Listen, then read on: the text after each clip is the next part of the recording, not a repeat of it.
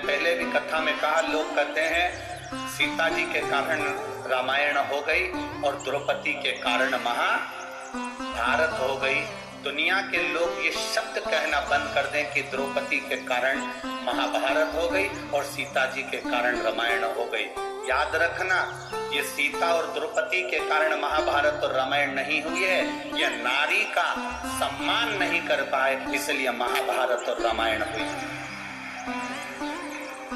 अगर नारी का सम्मान कर लेते, नारी का सम्मान के शब्द नारी के लिए कह देते, भीष्म पितामह एक बार मुख से कह देते थे, ए दुशासन छोड़ द्रौपदी को, तो क्या दुशासन नहीं छोड़ता? क्या दुशासन नहीं बोलता? अगर एक बार सम्मान का शब्द संबोधन कर देते, भीष्म पितामह एक बार कह देते कि तुम द्रौपदी को छोड़ दो, वृद्ध के नाते अगर कह देते तो वो छोड़ देते, छोड़ देते। एक बार अगर गुरु द्रोणाचार्य ज्ञान की मुद्रा में रखकर बोल देते तो वो छोड़ देते, और नहीं बोले। आप सबसे निवेदन है, जब नेक बात बोलने का मौका हो, जब अच्छी राय देने का मौका हो, कोई तुम्हारी बात सुने ना सुने, जिस सभा में बैठे हो और सतमार्ग बताने का अगर मौका मिल रहा है तो उस समय को मत छोड़ना, और अगर बन सके तो अपनी बात एक बार सतमार्ग की बोलना जरूर, फिर परिवार के लोग उस बात को माने ना माने, पर अपना कर्म अपना फर्ज अदा जरूर कर। अपने फर्ज से अपन को मुख नहीं मोड़ना, हमें अपना फर्ज अदा कर देना चाहिए, हमें अपनी बातों को सम्मुख में रख देना चाहिए, हमें अपनी बातों को संसार सागर के सामने रख देना चाहिए, क्योंकि हमारे पद की एक गरिमा है।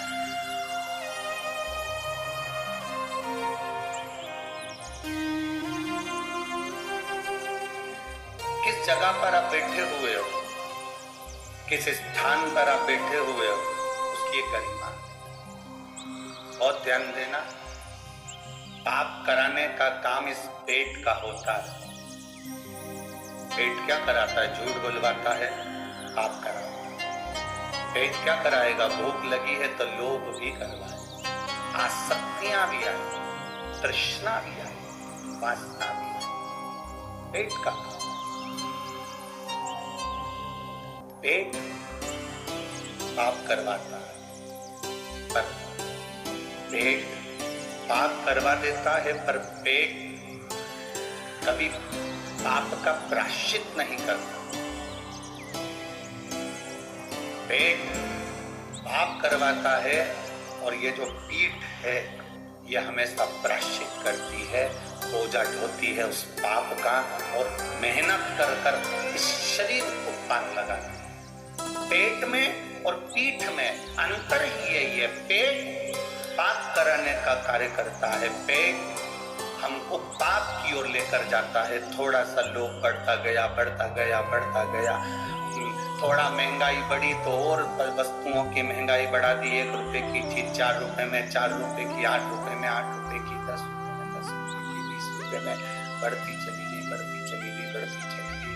हमने उसका अधिक फल पाया, और भोगना तो पीठ को पड़ा, भोगना तो पीठ को पड़ा। इसीलिए बार बार पहले भी कहा, मत बुरे कर्म कर वरना पछताएगा, भगवान की आंखों से तू बच नहीं पाएगा, तू बच नहीं पाएगा। अरे ओ ज्ञानी मत करना दानी, अरे ओ अज्ञानी मत करना दानी। तेरे कर्म का फल भी तू ही पाएगा, जैसा किया तूने तेरे आगे आएगा। मत बुरे कर्म कर ना पछताएगा, भगवान की आंखों से तू बच नहीं पाएगा, तू बच नहीं पाएगा। अरे ओ अज्ञानी मत कर नादानी। आप इस स्थान की मर्यादा रखिए। सास हो, सास की मर्यादा रखिए। ससुर हो, ससुर की मर्यादा रखिए। ननंद हो, ननंद की मर्यादा रखिए। भाभी हो, भाभी की मर्यादा रखिए।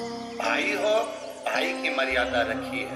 भीष्म पितामह अगर अपनी मर्यादा रख लेते और उस जगह पर भीष्म पितामह थे, घर के सबसे बड़े, सबसे वृद्ध, सबसे बड़े, अगर एक बार उठकर कह देते तो शासन चीर छोड़ बहू का, द्रौपदी के चीर को हाथ मत लगा लेना दुशासन, और द्रौपदी से कह देते बेटी आओ यहाँ बैठो, बैठ जाओ, अपनी गांधारी सास के पास जाकर बैठ जाओ, रोमती उसके पास जाकर बैठो, तो दुशासन और दुर्योधन की हिम्मत नहीं होती कि वो चीर खींच लेते। पर मर्यादा हट गई।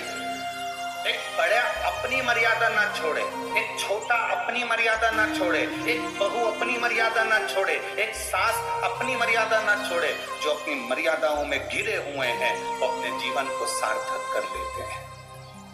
ड्राइवर की सीट पर किसी को गाड़ी चलाना नहीं आती, बस का ड्राइवर बस लेकर आया, चाय पीने के लिए नीचे उतर गया, उसकी सीट पे कोई दूसरा चढ़कर बैठ गया, किसी को नहीं मालूम कि ये ड्राइवर है कि नहीं। कोई वहां से निकल कर जा रहा था और उसने कह दिया ड्राइवर साहब रायपुर तक जाएगी क्या बस? अब तुम्हें तो मालूम था कि बस जाएगी। हाँ साहब जाएगी। दूसरा आया ड्राइवर साहब ये बस रायपुर तक जाएगी क्या? हाँ साहब जाएगी। अब तुम ड्राइवर हो क्या? जम के तो बोलो नहीं हो ना।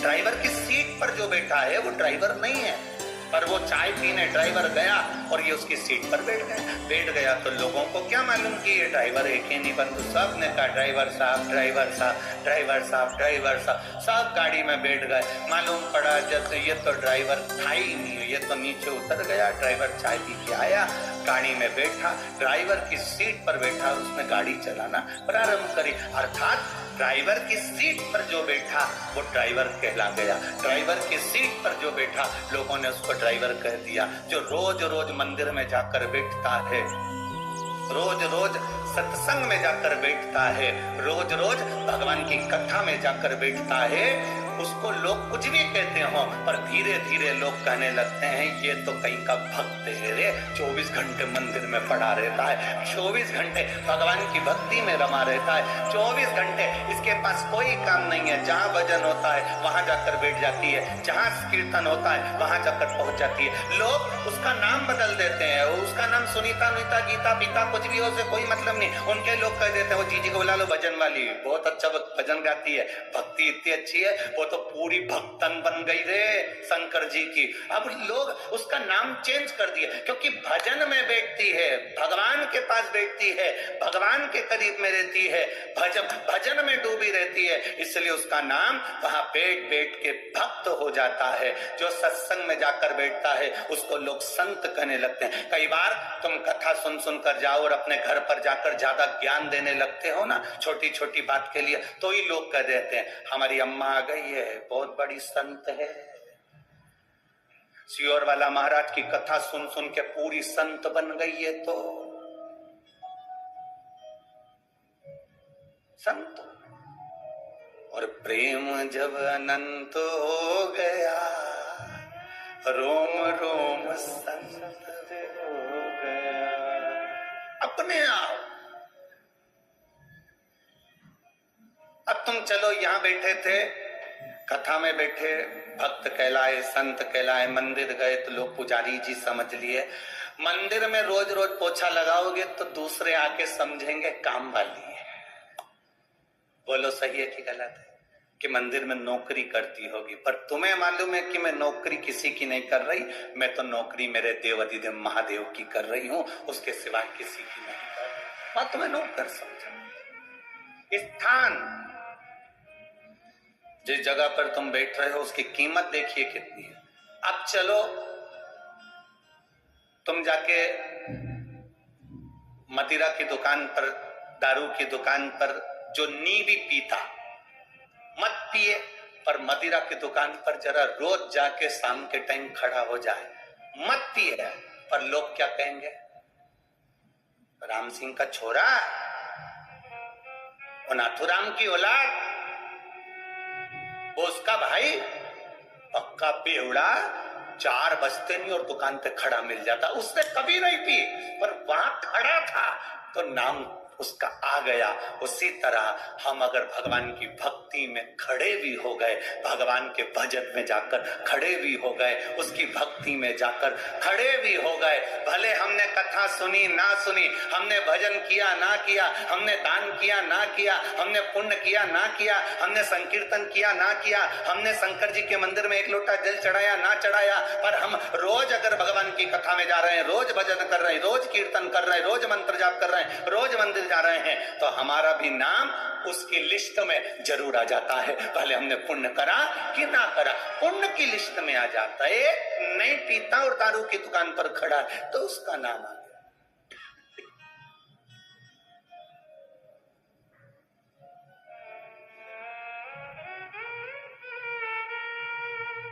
आप रोज भजन करेंगे, भजन में आपका नाम आ गया। कल कथा चल रही थी,